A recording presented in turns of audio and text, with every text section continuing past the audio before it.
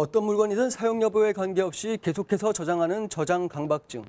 저장 강박증은 이웃과 일반인들에게 피해를 끼치는 만큼 이미 개인의 문제를 넘어섰습니다. 와디슈 이번 시간에는 저장 강박증의 사례와 이웃들의 피해 사례, 그리고 사회적 대책을 짚어보겠습니다. 그럼 먼저 2017년도에 취재한 영상부터 확인해 보시죠. 2층 양옥집이 3층이 됐습니다. 십수년간 쌓아올린 잡동사니 때문입니다. 집안은 말할 것도 없습니다. 발 디딜 틈조차 없이 쓰레기로 가득 차 있고 악취와 먼지로 숨조차 쉬기 힘듭니다. 소음도 심하고 새벽에 막 지금 가고 나니까 주인집하고 많이 싸웠어요. 원래 여기 세 사람들이 있었는데 다 나갔어요. 주민들은 겨우겨우 할머니를 설득한 끝에 직접 나서 대대적인 청소를 시작했습니다. 옮기고 옮겨도 끝없이 나오는 쓰레기들. 30여 명의 주민이 달라붙어도 물건을 꺼내는 데만 4-5시간이 걸립니다. 이렇게 당시 대형 쓰레기 5대 차 분량의 쓰레기를 모두 내다 버렸는데요. 2년이 지난 후 지금 이 집이 어떻게 됐는지 확인해 보겠습니다. 집에서 10m 떨어진 위치인데도 벌써 매캐한 공기가 여기까지 느껴집니다. 집 앞엔 너저분하게 쓰레기가 쌓여 있습니다. 대문을 열고 직접 안으로 들어가 보겠습니다. 들어서자마자 난관에 봉착합니다. 겨우 발을 딛고 올라서서 2층으로 향하는데 역한 냄새와 먼지가 나고 날파리들이 달려듭니다. 보시다시피 이렇게 집 안까지 쓰레기로 가득 차 방치되고 있습니다. 여기서 할머니 내외분이 살고 있습니다. 실내는 청소하기 전보다 쓰레기 양이 더 많아졌습니다. 어떻게 이러고 사시냐고요. 아니 그 얘기를 내가 몇 년째 듣는다고요, 엄마. 그래서 어떻게 알아? 이거 다 싹 치워야지. 내가 칠 거예요, 내가. 인근의 또 다른 집. 이곳엔 각종 유리문과 철제 물품들이 집 안팎에 쌓여 있습니다. 자칫 잘못하다간 보행자들의 머리 위를 위협할 수 있는 상황. 실제 노원구 등에선 저장 강박증 가구 40대 남성이 쓰레기에 깔려 숨지거나 반려견이 죽는 등의 사고가 발생하기도 했습니다. 하면 저 이거 살지도 못해. 이거 무슨 쓰레기 무덤에서 살. 이처럼 위험에 봉착한 저장장애 가구를 어렵게 설득해 청소를 하더라도 일회성에 그친다는 건 역시 문제입니다.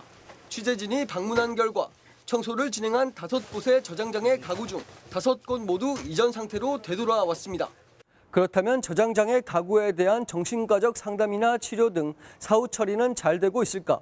저장 강박증을 겪는 대부분의 사람들은 자신의 병을 인정하지 않습니다. 이 때문에 상담이나 치료를 거부하기 일쑤. 치료를 받으시려고 하세요. 그리고 당신이 이게 병인 걸 모르시고, 그리고 무슨 말이 통하지 않으세요. 저랑 맨날 싸워요, 저것 때문에. 지역의 정신건강센터가 상담을 꺼리는 경우도 있습니다.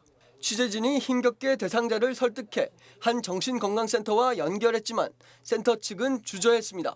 이미 상담을 거부한 전력이 있어 만나는 것이 부담스럽다는 이유입니다. 결국 청소는 일회성에 그치고 지속적인 상담도 이루어지지 않아 가족과 이웃들만 피해를 입고 있는 것입니다. 서울시 복지과가 지난 2015년부터 1년간 25개 자치구 조사를 취합한 결과 저장장애 가구는 모두 312가구였습니다. 영등포구가 40가구로 가장 많았고 금천과 성북, 노원 등이 20가구가 넘었습니다.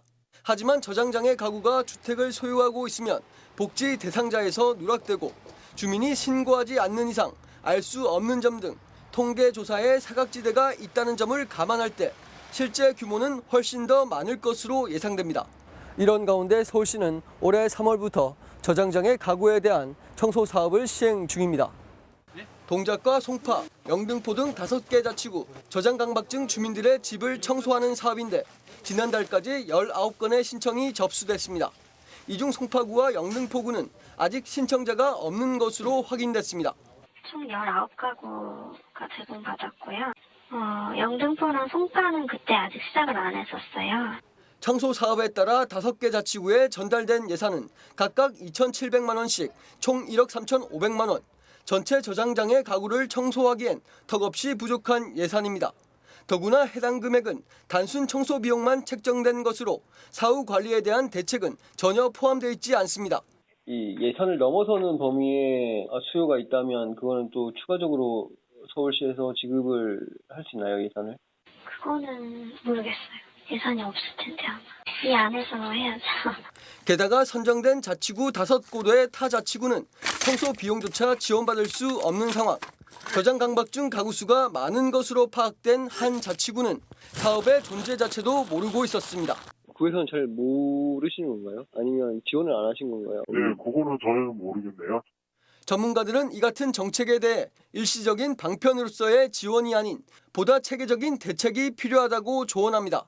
특히 저장 강박증은 우울증과 치매, 신체 장애 등 다양한 원인에서 비롯되는 만큼 유형별로 접근해야 하고 그렇기에 저장장애 가구별 대응 매뉴얼을 구축하는 게 급선무라고 강조합니다.